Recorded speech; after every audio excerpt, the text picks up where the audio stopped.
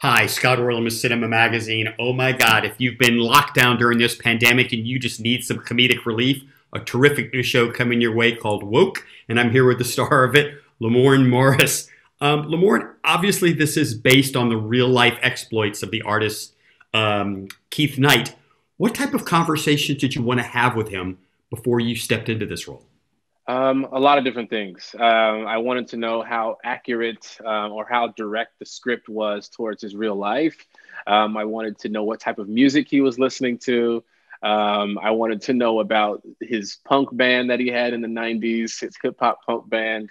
I had so many questions, and for me, when I'm prepping for a character or for a role, it's usually based in music. I start with what the character is listening to, which is great. And we found that we have very similar tastes in music, and not even necessarily on the nose, whatever that genre may be, but how eclectic it is and how wide that net is as far as music goes. And so that would help me get into character a lot. Meeting some of his friends definitely helped. He brought some friends to set where you kind of see where he gets his quirkiness from.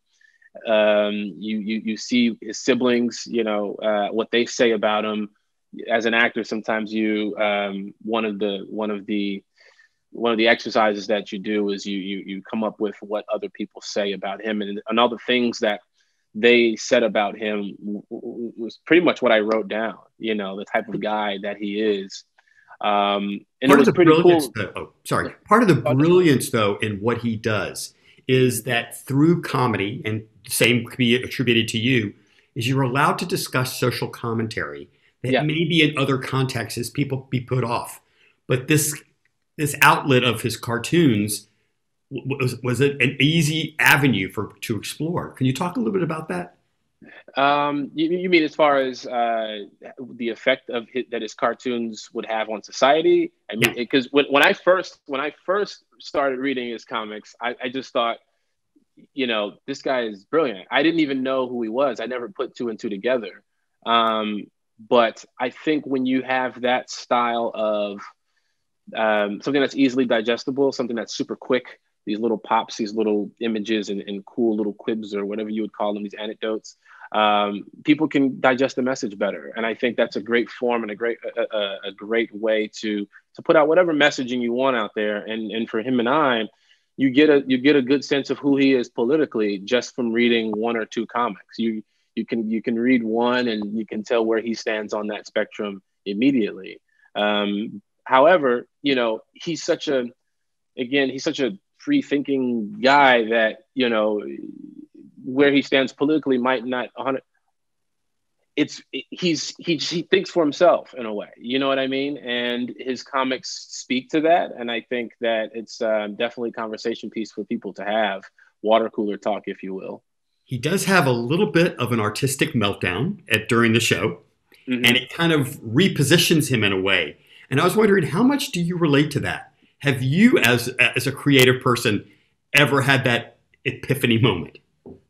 Absolutely. You get sometimes you get offered roles or you read a script and it wants your character to do something very, very strange, very, very strange. And you look around you and no one's got your back and you have a moment. You just have this moment where you go, can anyone pay attention to me? Like, what is this? Why am I wearing that? Or why do I have to say that? Or why do I have to do this particular thing? Or why isn't there a stunt coordinator here? I'm not jumping off that damn thing. So you do have those moments. His is more, I think his is deeper, to be honest with you, because there have only been a few times in my life where I could say that I've had these very conflicting moments on set politically. I had a director one time tell me, "Hey, Lamorne, say this line, but a little less, a little less. Hey, hey, hey." And that's what she did. And I stopped and I stared and I went, "Oh, did you just really do that?" And she was clueless. She had no idea. And I had to take a step back and analyze my surroundings, so it happens every once in a while. And I want to ask you as well, before they yank me away, is there such a powerful moment, I think it's in the first episode, when you're just casually walking down the streets of San Francisco and the police misrepresent you and Yes. goes on. Everybody's so busy filming, and then, oops, they made a mistake. And everyone apologized, and they get up and leave. How paralleled it is to the world today. Absolutely. And it happens more often than you think. It's happened to me.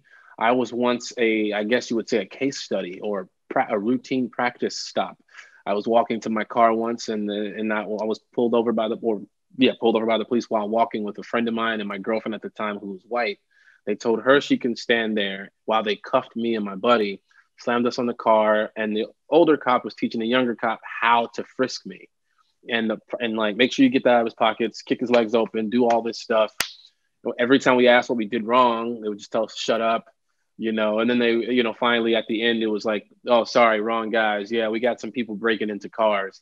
And I just thought, were they wearing suits like we, were wearing suits? Were people, was it a trio like this? I was just leaving a comedy show for performing at Second City in Chicago, and it happened. So it happens, for sure. And then the meaning part about it is that it's kind of like, we'll just leave you there and then we'll go about our business anyway. And when you see that as a kid, it starts to program you on how to think and act and react in those situations where it's just second nature. When you see an officer, you just follow the routine that a lot of other people don't have to do. So it's scary sometimes, but you get used to it for sure. Well, which is unfortunate. Lamorne, I cannot thank you enough. The show is called Woke. I encourage you to check it out. And this is Scott Orlin. Till next time. Thank you.